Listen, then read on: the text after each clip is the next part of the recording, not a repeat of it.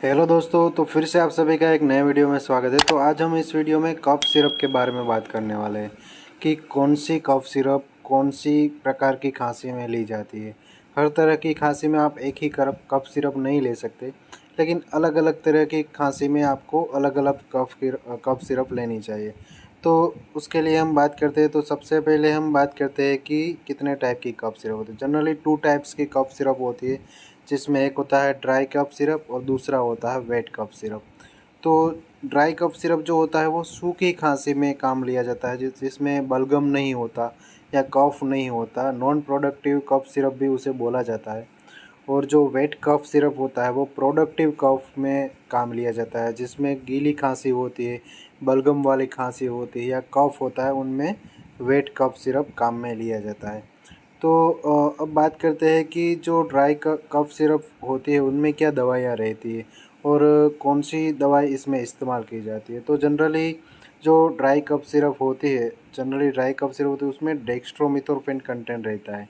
डेक्स्ट्रोमिथोर्फेन content वाली जो भी दवाई होती है वो आप ड्राई कफ जिसमें होता है, जो सूखी खांसी होती है, उसमें आप ये ले सकते हो। और अब हम बात करते हैं कि जो अगर आपको ड्राई कफ है और साथ में रनी नोज़ भी है, यानी कि साथ में सर्दी भी है, आपकी नाक बह रही है, तो इसमें जनरली जो दवाइयाँ आती है वो है डेक्स्ट्रोमिथोर्फेन, दूसरा होता है सीपीएम और तीसरा होता है डाइफेनाइड्रामाइन।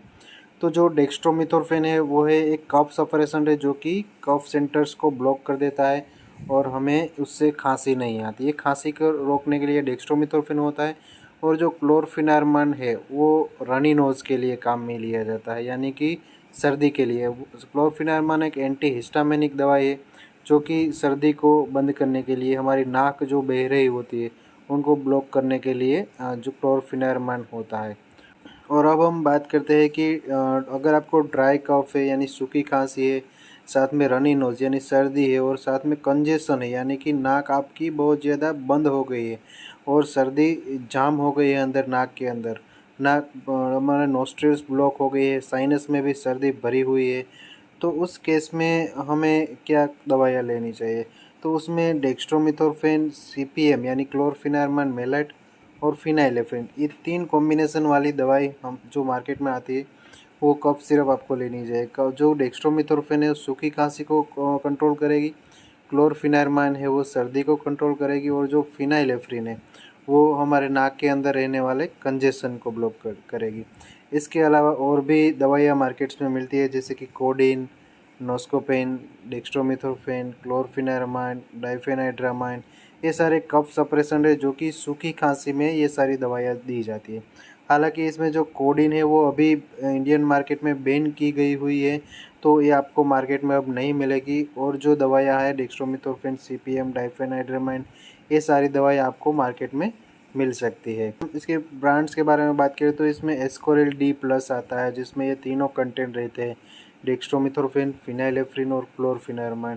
और दूसरा है ओसिकॉफ डीएक्स, इसमें भी ये तीनों कंटेंट रहते हैं, जो कि सूखी खांसी और साथ में सर्दी जुकाम जैसा होता हो तो उसमें ये बहुत ही अच्छा रिजल्ट देती है।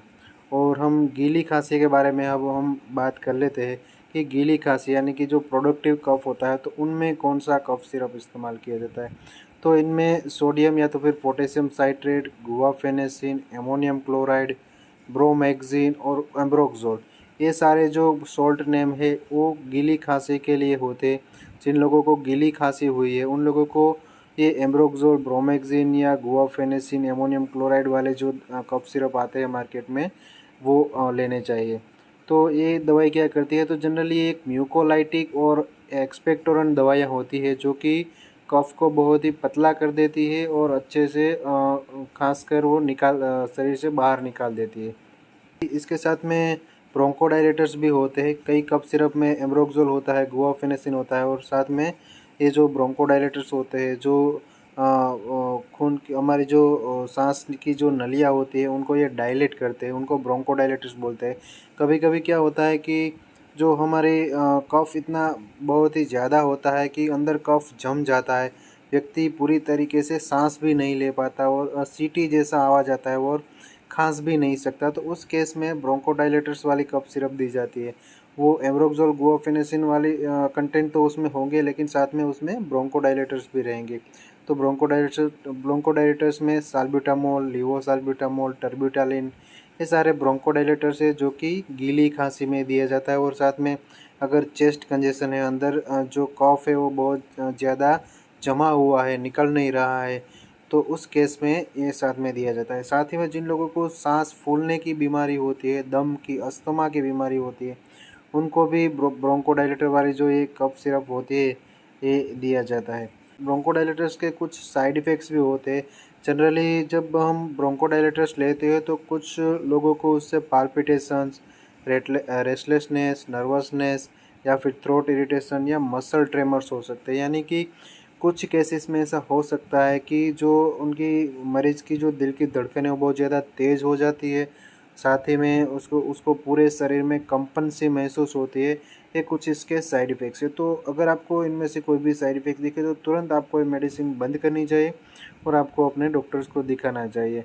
हालांकि इससे कुछ मेजर दिक्कतें नहीं होती है, डोज घटा देने के बाद ये सही हो जाता है, लेकिन फिर भी अगर आपको ऐसी कोई दिक्कतें होती है तो तुरंत आपको अपने डॉक्टर को पहले दिखाना चाहिए। अब हम बात कर लेते हैं कि ब्रोंकोडायलेटर्स और जो गीली खांसी में दवाइयाँ जो दी जाती है उनमें पॉपुलर ब्रांड्स कौन से उनमें क्या दवाइयाँ आती है। तो इसमें सबसे पहले अस्थालिन एक्सपेक्टोरेंट, जिसमें साल्ब्यूटामोल और गुआफेनेसिन कंटेंट रहता है, जिसमें एक है ब्रोंकोडायलेटर और दूसरा है गुआफेनेसिन, जो कि कफ को निकालने के लिए एक म्यूकोलाइटिक एजेंट की तरह काम करता है। दूसरा है एस्कोरेल सी।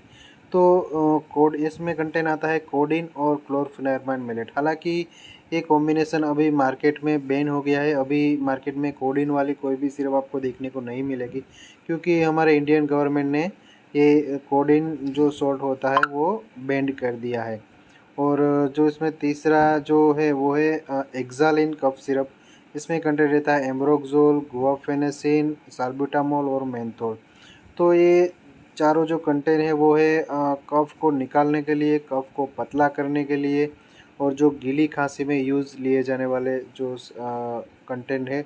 और एक्सालिन जो कफ सिरप आता है वो गीली खांसी के लिए आता है। तो अगर आपको गीली खांसी है तो ये कफ सिरप आप ये देख सकते हो। तो इसमें जो चौथे नंबर पर जो दवाई है वो है ब्रोंकोसोल्विन, जिसमें तीन कंटेंट रहते हैं गुआफेनेसिन, टर्बिटालिन और ब्रोमेक्सिन। तो ये तीनों कंटेंट भी गीली खांसी में ही काम लिए जाता है।